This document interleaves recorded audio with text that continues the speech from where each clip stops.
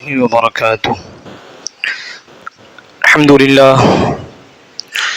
لله رب العالمين، الصلاة والسلام على سيد الأنبياء والمرسلين وعلى آله وأصحابه وأتباعه وعترته أجمعين، أما بعد. أعوذ بالله من الشيطان الرجيم، بسم الله الرحمن الرحيم. ومن يهاجر في سبيل الله يجد في الأرض مراغبا كثيرا وسعة ومن يخرج من بيته مهاجرا إلى الله ورسوله ثم يدركه الموت فقد وقع أجره على الله وكان الله غفورا رحيما. آمنت بالله صدق الله مولانا العظيم. آئیے ہم اور آپ اپنی اور ساری کائنات کے مرکز عقیدت، قبلہ اطاعت، کعبہ انقیاد، بے کسوں کے کس، بے بسوں کے بس، جو سبل السلام کے مرشد اعظم ہیں، یتیموں کے چارہ گر ہیں، خلد نظارہ، شہر آرزو، جان تمنا، مرکز عقیدت، قبلہ اطاعت، کعبہ انقیاد، ارواحنا فدا صلی اللہ تعالی علیہ وسلم کی مقدس بارگاہ میں اپنی عقیدتوں محبتوں کا خراج ان الفاظ میں پیش کرتے ہیں، جس طریقے سے پڑھاؤں میرے ساتھ مل کر پڑھیں. الصلاۃ والسلام علیک یا رسول اللہ، الصلاۃ والسلام علیک یا حبیب اللہ،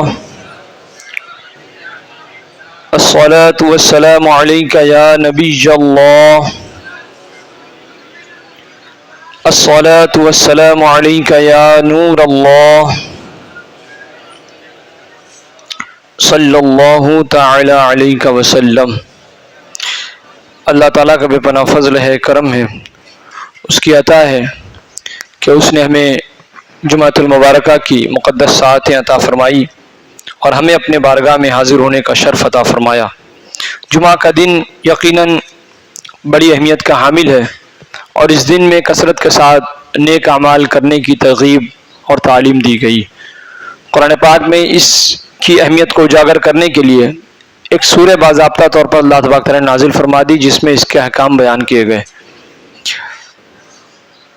اور اس میں باضابطہ بیان کیا گیا ہے کہ اگر جمعہ کی دن ندا لگائی جائے، اذان دی جائے تو فوراً کام کاج چھوڑ کے مسجد کی طرف آ جاؤ، اور جو ہی نماز مکمل ہو جائے تو پھر اپنے کام کاج، اللہ کا فضل تلاش کرنے کے لیے تم روئے زمین پر پھیل جاؤ اور اپنے کام کاج کی تلاش میں لگ جاؤ.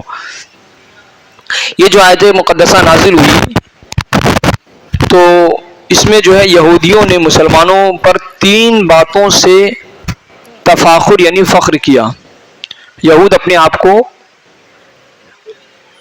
بڑا مانتے تھے، فخر کرتے تھے، انہیں اپنے یہودی ہونے پر بڑا فخر تھا، ناز تھا کہ ہم یہودی ہیں، مسلمانوں میں یہ کوئی خاصیت نہیں ہے. یہود کو ایسا فخر تھا.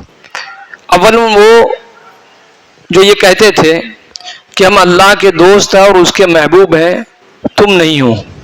یہود کہتے تھے کہ ہم تو اللہ کے دوست ہیں، اس کے محبوب ہیں، اور یہ مسلمانوں کو یہ اعزاز حاصل نہیں ہے، لہٰذا مسلمان اللہ کے دوست اور محبوب نہیں ہیں.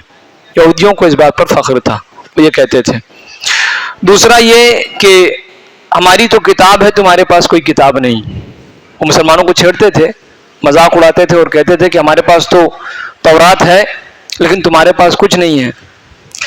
اور تیسری بات یہ کہتے تھے کہ ہمارے لیے یوم سبت یعنی سنیچر کا دن ہمارے لیے مقدس ہے. یہود کہتے تھے لیکن تمہارے لیے کوئی ایسا دن کوئی منتخب نہیں کیا گیا، تمہارے لیے کوئی دن خاص نہیں ہے.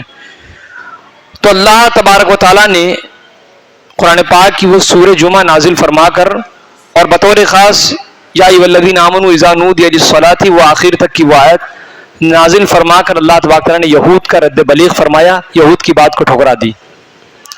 جواب دیا کہ جو تم دعویٰ کرتے ہو اور جو تم سمجھتے ہو یہ غلط ہے. اللہ تبارک تعالیٰ مسلمانوں کو تم سے زیادہ پسند کرتا ہے، کتابیں بھی عطا فرمائی اور دن بھی عطا فرما دیا.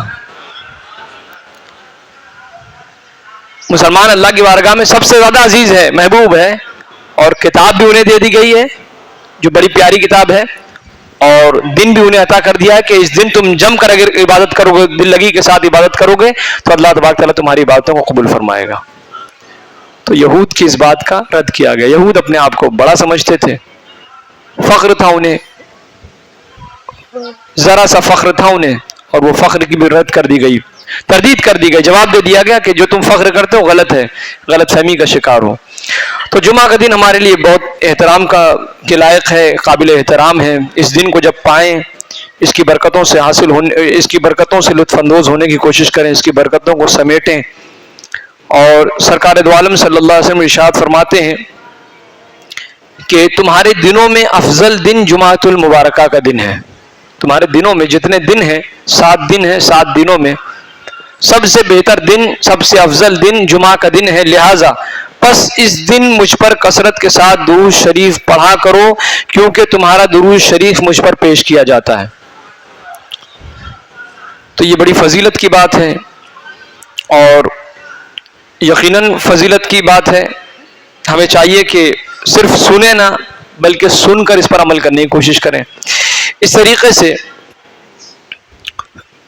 اگر جس نے جمعہ کے دن اہتمام کیا، اور حدیث پاک میں ہے کہ جمعہ کا اہتمام کیا اور تمام تر جمعہ کے لوازمات اس نے انجام دیے، غسل کیا اور عطر استعمال کیا، کپڑے پہنے اور جو کچھ ناخن کاٹا، یہ تمام چیزیں جو مستحبات ہیں جمعہ کے دن کے، اسے انجام دینے کے بعد مسجد میں آگے اذان ہوتے ہی، اذان سے پہلے ہی اہتمام جمعہ میں آ گیا، نمازیں پڑھی، خطبہ سنا اور دعا میں شامل رہا، اور اتنے تمام تر معمولات کو اگر اس نے انجام دیا تو حدیث پاک میں ہے کہ سرکار فرماتے ہیں کہ اللہ تبارک تعالیٰ اس کی مغفرت فرما دے گا۔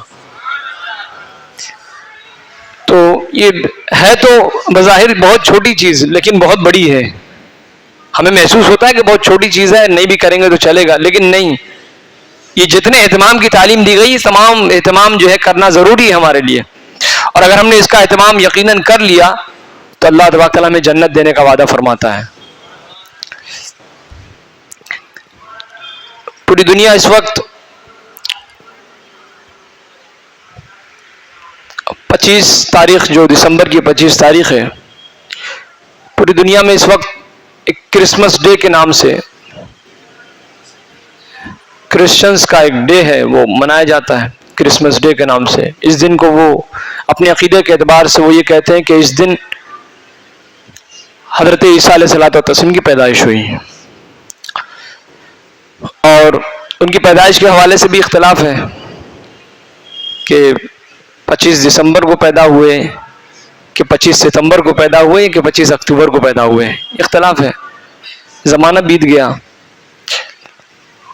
لیکن پھر بھی وہ عیسائی دنیا جو ہے اپنے اپنے طریقے سے جشن منائی، اور لوگوں نے منایا، ہر وہ کام کیا جو نہیں کرنا تھا، ہر وہ کام کیا جس کو منع کرنے کے لیے جناب عیسیٰ علیہ الصلوۃ والتسلیم اس دنیا میں جلوگر ہوئے تھے، وہ تمام کاموں کا انہوں نے ارتکاب کیا۔ اور صرف انہوں نے نہیں کیا، ہماری اپنی کمیونٹی کے لوگ، ہمارے اپنی قوم کے لوگ، قوم مسلم بھی جہاں کہیں تھے انہوں نے بھی کیا، لیکن بعض حساس دل عیسائیوں نے بھی اس بار کا جشن انہوں نے نہیں منایا۔ ہمارے یہاں اس کی کوئی حیثیت نہیں ہے، ہم اسے مناتے بھی نہیں ہیں، اور نہ ہم اس کے قائل ہیں، اور جو لوگ مناتے ہیں ان کے یہاں اپنا عقیدہ ہے، ان کے اپنے معاملات ہیں، ان کے اپنے مراسم ہیں، ان کے اپنے تہوار ہیں، وہ منائیں۔ بہت سارے حساس دل عیسائیوں نے بھی اس بار کا، وہ ممالک جو اسی نام سے جانے جاتے ہیں کہ یہاں عیسائی اکثریت میں رہتے ہیں، انہوں نے بھی منایا نہیں اس تہوار کو اس بار، اور وہ اس لیے کہ فلسطین میں جو مسلمان بے گھر ہوئے، مارے گئے، جان مال عزت و آبرو تار تار کیے گئے، بچے شہید ہوئے، بچے یتیم ہوئے، ماں باپ مارے گئے، اس طریقے سے تو انہوں نے ہمدردی میں یکجہتی کا مظاہرہ کیا اور انہوں نے یہ تہوار نہیں منایا۔ لیکن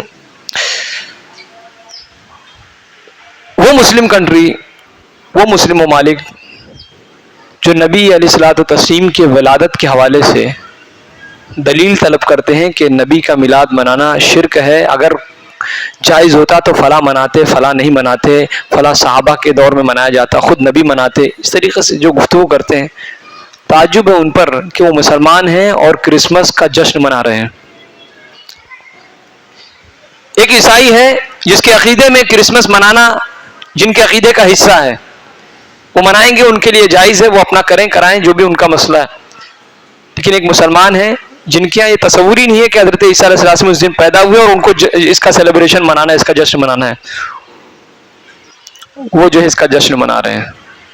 پوری دنیا میں کوہرام مچا ہے، لوگ صف ماتم بچھا ہوا ہے، لوگوں نے اپنے تمام تر مراسم کو، سیلیبریشن کو، اپنے تہوار کو، اپنی عید کی خوشیوں کو انہوں نے روک دیا، تھام لیا، سادگی کے ساتھ انجام دیا. لیکن خطہ عرب کے جو ہمارے موٹی سوچ کے لوگ ہیں،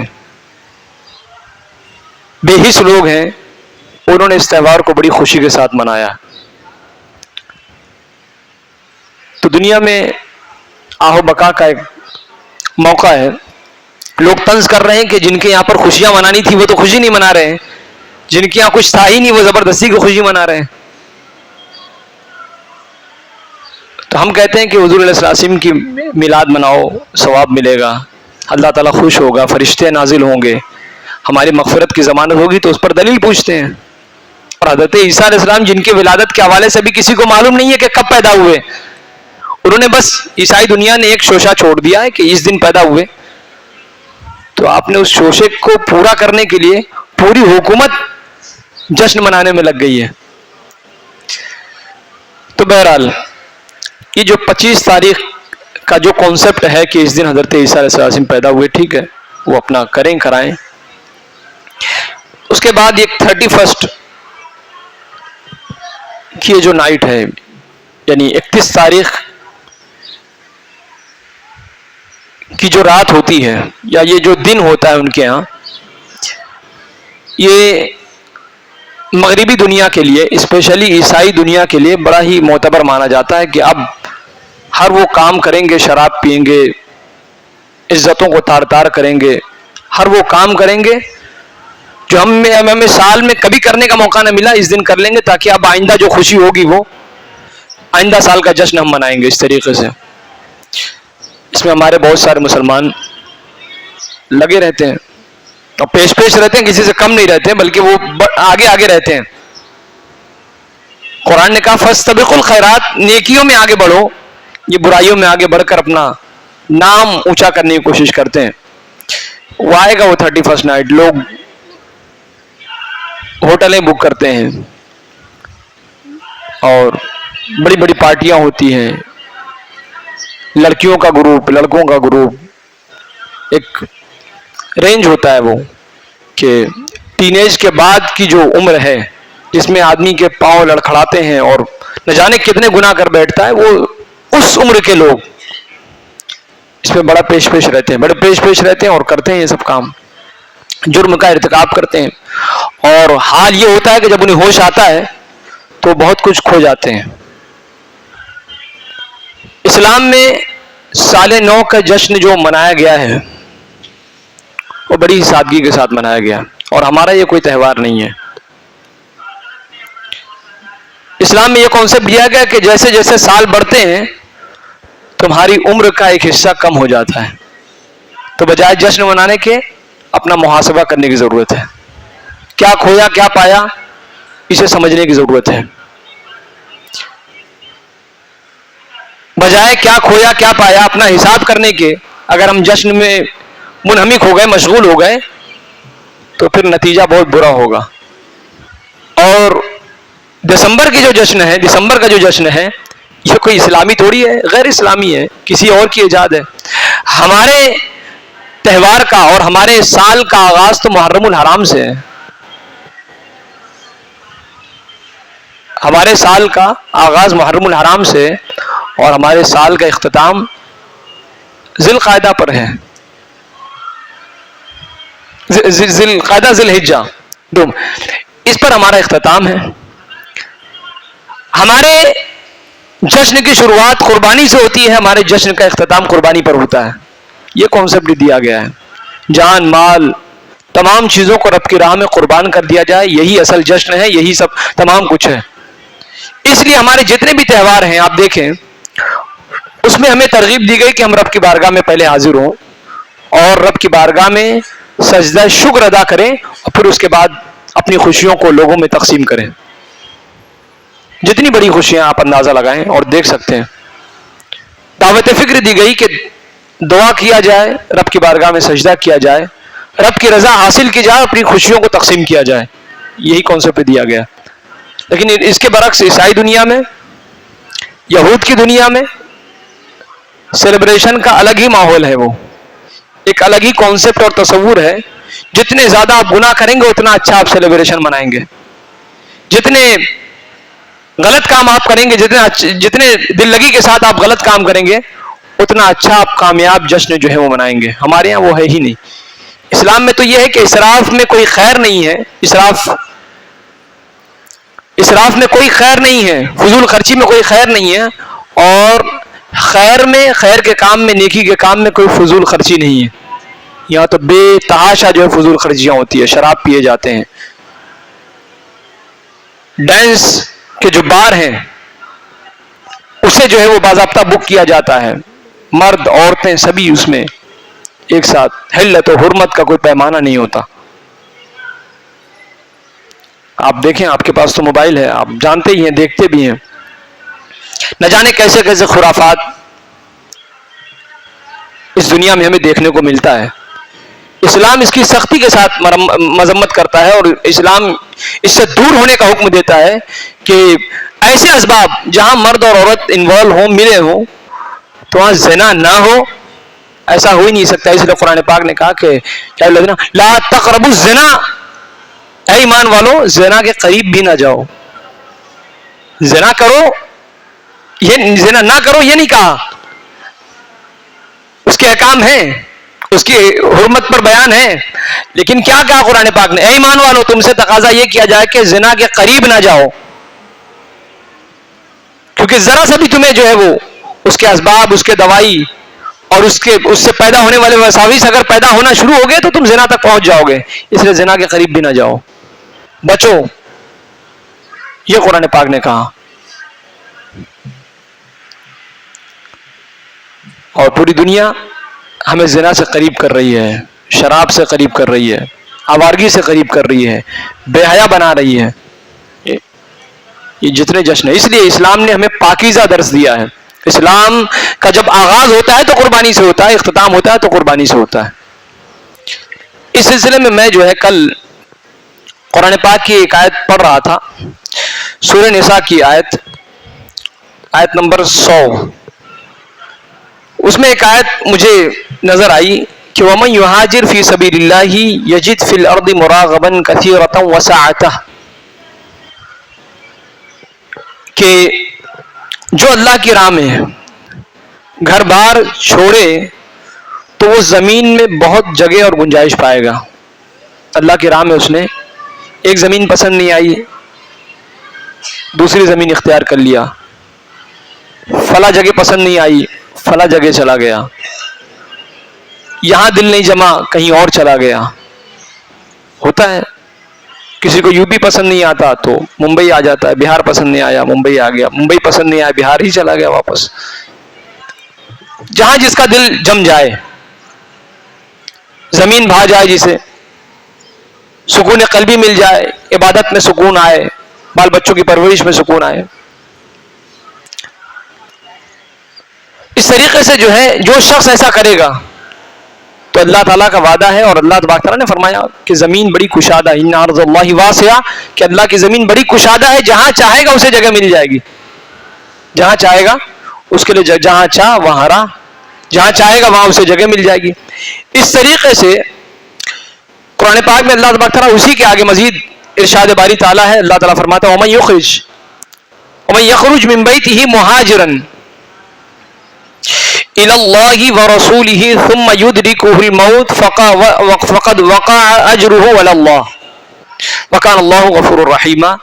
کہ جو اپنے گھر سے ہجرت کر کے نکلا، جو اپنے گھر سے ہجرت کر کے نکلا اللہ اور اس کے رسول کی خاطر، اللہ اور اس کے رسول کی خاطر جو نکلا، اور حال یہ ہوا کہ ثم یدرکہ الموت، اور اللہ اور اس کے رسول کا ارادہ کر کے ان کی رضا کی خاطر نکلا تھا، اور اسی راستے میں اسے موت آ گئی، اسی راستے میں اسے موت آ گئی. فقد وقع اجر علی اللہ، تو اس کا اجر جو ہے اللہ کے ذمہ کرم پر ہے. وکان اللہ غفور الرحیم، اور اللہ تبارک و تعالی مغفرت فرمانے والا ہے، بڑا ہی مہربان ہے. ہم جو ہے ہجرت کا بے شمار مفہوم لیتے ہیں. ایک ہجرت وہ ہے جو اللہ اور اس کے رسول کے لیے کی جائے، اللہ اور اس کے رسول کے لیے، جیسے کہ صحابہ اکرام نے کی ہجرت. مکے کی سرزمین پر جب کلمہ حق بلند کیا گیا، اعلان حق بلند کیا گیا، تو کفار مکہ نے ان پر اس زمین کو تنگ کر دیا، جینا دوبر کر دیا، بائیکاٹ کر دیا. چین و سکون کی سانس لینا ان کے لیے مشکل تھا. تو اللہ کا حکم ہوا کہ ایسا ہے کہ تم جو ہے ہجرت کرو اور مدینہ طیبہ آ جاؤ، مکے سے مدینے آ جاؤ. ایک ہجرت وہ ہے جو فقط اللہ اور اس کے رسول کے لیے کیا جائے. کیوں؟ کیونکہ ان کا دین وہاں سلامت نہیں تھا، ان کی آزادی نہیں تھی، نماز نہیں پڑھ سکتے تھے. اللہ اور اس کے رسول کی رضا حاصل کرنے کے لیے ان کی اطاعت کرنا دشوار تھا وہاں پر، اس لیے جو ہے وہ وہاں سے چھوڑنے کا حکم ہوا تو مدینے آ گئے. ایک ہجرت وہ جو ہم اپنے ظاہری اسباب کے لیے کرتے ہیں. ہجرت یہاں پر ذریعہ معاش ہمیں اچھا نہیں لگا، ہم فلاں جگہ چلے گئے، وہاں پر بہت اچھا کاروبار چلتا ہے، ہم اپنے مفاد کے لیے. تو دنیاوی غرض و غایت کے لیے بھی ہجرت کی جاتی ہے، اور اخروی غرض و غایت کے لیے بھی، مقصد کے لیے بھی ہجرت کی جاتی ہے. اسی طریقے سے اگر اسے یوں سمجھا جائے کہ ہجرت کے معنی ہے چھوڑنا، تو کیا چھوڑنا؟ کبھی گھر بار چھوڑنا ہوتا ہے، اور بعض مفسرین نے کہا کہ ہجرت کا معنی گناہ چھوڑنا ہے. بعض مفسرین نے کیا کہا؟ ہجرت کے معنی گناہ چھوڑنا ہے. ہم اگر انگریزی کیلنڈر کے حساب سے دیکھیں تو ہمیں شاید اردو تاریخ، قمری تاریخ جو ہے ہمیں پتہ نہ ہو. آج کون سی تاریخ ہمیں معلوم نہیں ہے. معلوم ہے آپ لوگوں کو؟ معلوم ہے. تو قمری تاریخ جو ہے پتہ نہیں ہوتی، لیکن ہمیں انگلش تاریخ معلوم ہے. اسی کے حساب سے ہم اپنی زندگی کے معاملات طے کرتے ہیں. اور حال یہ ہوتا ہے کہ سال بھر اگر ہم سے کوئی پوچھے تو ہم فلاں تاریخ آج ہے، اور آج دسمبر کی اتنی تاریخ ہے، نومبر کی اتنی تاریخ ہے، یہ بتا دیں گے، لیکن چاند کی کتنی تاریخ ہمیں نہیں پتا ہوتی. بہرحال اگر ہم اسی قضیے کے بنیاد پر اگر اپنی زندگی کو گزار رہے ہیں، تو اب دعوت فکر یہ ہے کہ دسمبر کی 1 تاریخ کے بعد آپ جنوری کی 1 تاریخ میں قدم رکھیں گے. دسمبر کی 1 تاریخ کے بعد آپ جنوری 2024 کی 1 تاریخ میں آپ قدم رکھ رہے ہیں، سال 2024 کی. 1 سال والا دوسرے سال میں داخل ہوا، 50 سال والا 51 سال میں، بوڑھا ہے وہ 61 سال کا ہے، 71 سال کا ہے، 72 سال پہ چلا گیا. روزانہ جو ہے ہر کوئی قبر سے قریب ہوتا چلا جا رہا ہے. تو یہ ہجرت جو ہے اس کو اس معنی میں فٹ کیا جائے کہ یہ ہجرت گناہ چھوڑ کر نیکی کی طرف آنے کی ہجرت ہونی چاہیے. یہ ہجرت اسیاں شعار زندگی گزارنے کو چھوڑ کر نیکی کی راہ میں آنے والی ہجرت ہونی چاہیے. اس معنی سے اگر ہجرت لیا جائے، بعض مفسرین نے اسے بیان کیا کہ ہجرت کے معنی چھوڑنا. اب آدمی چھوڑ دے تو کیسا چھوڑے؟ ایسا چھوڑے کہ پھر اس سے اس کا کوئی تعلق نہ رہے. اگر ہم گناہ چھوڑ دیتے ہیں تو پھر گناہ سے ہمارا کوئی تعلق نہیں ہوگا. گھر بار چھوڑ دیا تو پھر اس سے کوئی تعلق. گھر بار اگر رائے خدا میں چھوڑ دیا کہ اب وہاں نہیں جاؤں گا، وہاں پر دین سلامت نہیں ہے، دین پر عمل کرنا مشکل ہے، تو اسے چھوڑ دیا تو چھوڑ دیا، پھر نہیں جاؤں گا. اور ویسا ہی ہوا. صحابہ کرام نے جب مسلمانوں کا غلبہ ہوا مکے میں، مدینہ طیبہ پہنچنے کے بعد جب پھر حکم ہوا کہ اب جو ہے مکے جایا جائے گا، اور عزت و سربلندی کے ساتھ ساتھ اللہ تبارک تعالیٰ مسلمانوں کو عزت عطا فرمائے گا، نصرت عطا فرمائے گا، حج کریں گے، وہ اللہ کے گھر میں داخل ہوں گے. تو پھر اسی شان و شوکت کے ساتھ وہ داخل ہوئے مکہ مکرمہ میں. اور پھر اس دن حال یہ ہوا تھا کہ وہ کفار مکہ جنہوں نے مسلمانوں پر زیادتی کی تھی، ظلم کیے تھے، انسانیت کا قانون یہ تھا کہ جس نے جس کو مارا ہے اس سے اس کا بدلہ لیا جائے گا، جس نے کسی کو قتل کیا ہے تو اس کے بدلے اسے اس کا خون بہایا جائے گا، قتل کیا جائے گا. لیکن سرکار دو عالم صلی اللہ علیہ وسلم نے اتنا زبردست پوری دنیا کو پیغام دیا کہ لا تثرب علیکم اليوم اذهبوا وانتم الطلقاء، آج کوئی تم پر زور و زبردستی نہیں ہے، آج جاؤ، آج تم آزاد ہو، آج تم آزاد ہو. جو ظلم تم نے ہمارے ساتھ کیا تھا قبضہ پانے کے بعد, قدرت پانے کے بعد ہم تم سے کوئی زیادتی نہیں کریں گے, ظلم نہیں کریں گے. سرکار علیہ السلام نے یہ پیغام پوری دنیا کو دیا تھا.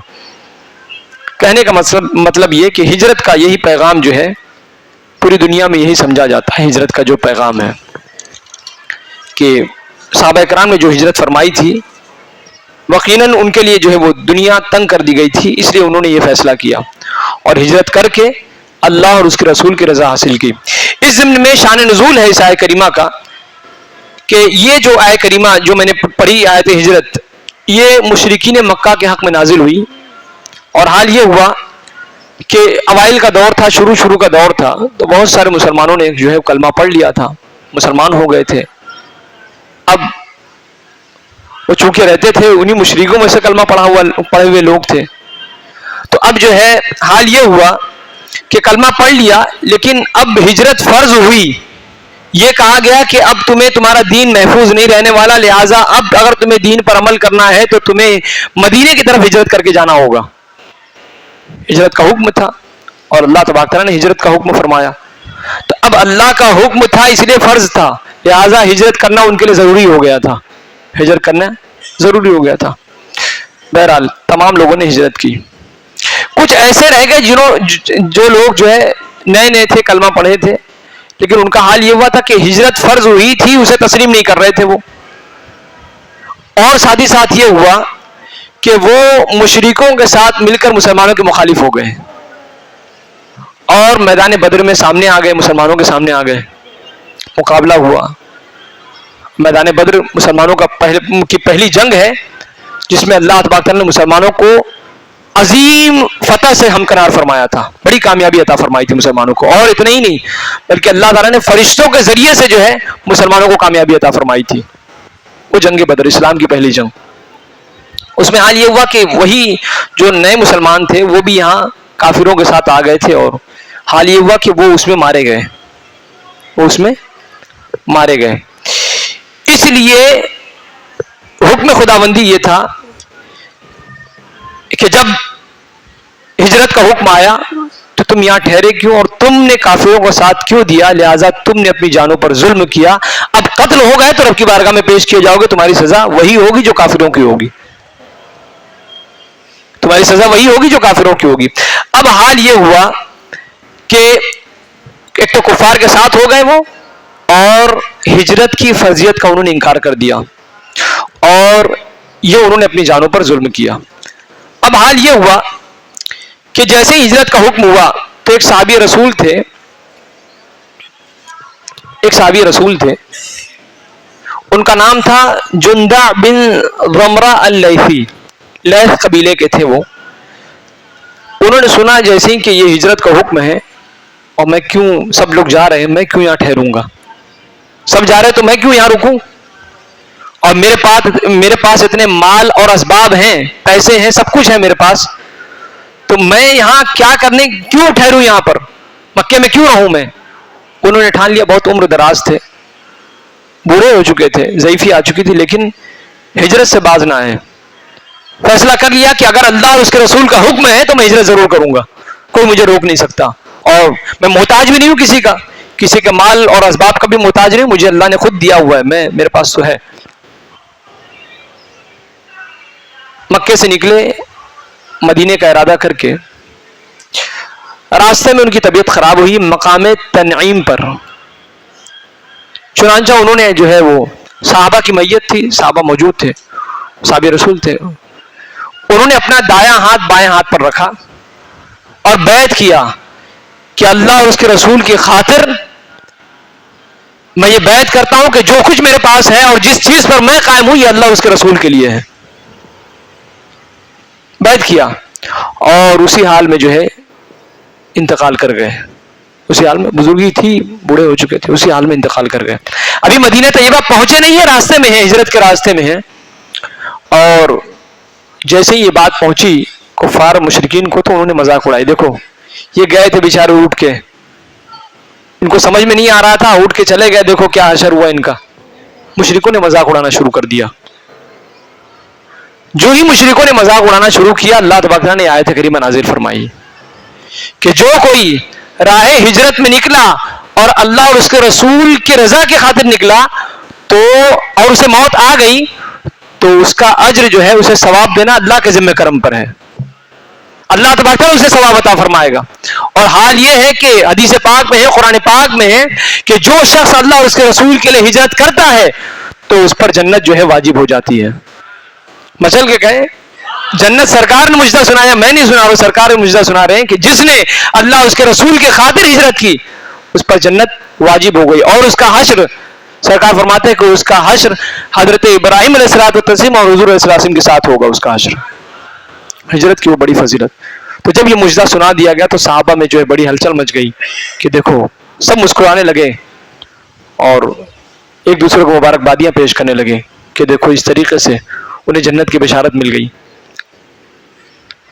اس ضمن میں جو ہے اس آیت کریمہ سے مفسرین نے اور فقہاء نے ایک مسئلہ بھی یہ بیان کیا کہ اگر یہ پتہ چل جائے کہ کسی شخص کے لیے یہ زمین راس نہیں آتی, یہ زمین مناسب نہیں ہے, یہاں پر وہ عبادت نہیں کر سکتا, اپنے دین پر قائم نہیں رہ سکتا, تو اب جو ہے اگر اس کے نظر میں کوئی دوسری زمین ہے اور کہیں اور جا سکتا ہے, کسی علاقے میں, کسی خطے میں, کسی شہر میں جا سکتا ہے, تو وہاں چلا جائے, اس کا دین تو محفوظ رہے گا, اسے عبادت کرنے کی آزادی تو رہے گی.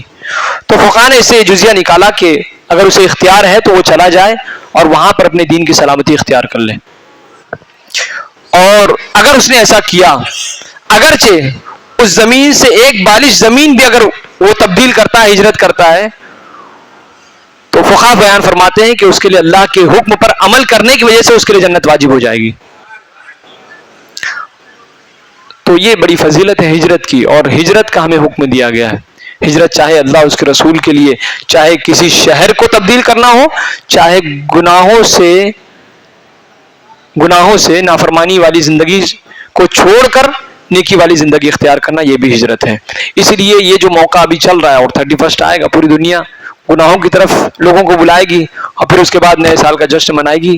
ہم ایسا ہی کچھ کر کے گریہ اوزاری کر لیں, اپنے سال کا محاسبہ کر لیں, اپنا جائزہ لے لیں کہ اگر ہم نے سالہ گزشتہ میں بڑی برائیاں کی, نیکی کچھ نہیں کر سکے, اور ایک سال ہماری زندگی کا کم ہو گیا, تو اب آئندہ سال ہمارے لیے کیسا ہونا چاہیے, کس طریقے سے ہمیں کیا کرنا چاہیے, یہ فیصلہ ہمیں جو ہے وہ کرنا ہے. اللہ تبارک تعالیٰ ہم سب کو نیکیوں کی توفیق عطا فرمائے. ہجرت کا صحیح مفہوم ہمیں سمجھنے کی اور اس پر عمل کرنے, اسے عام کرنے کی ہم سب کو توفیق عطا فرمائے. دوران گفتگو جو بھی خطا ہوئی پروردگار میں معاف فرمائے. استغفر اللہ ربی من کل ذنب واتوب الیہ.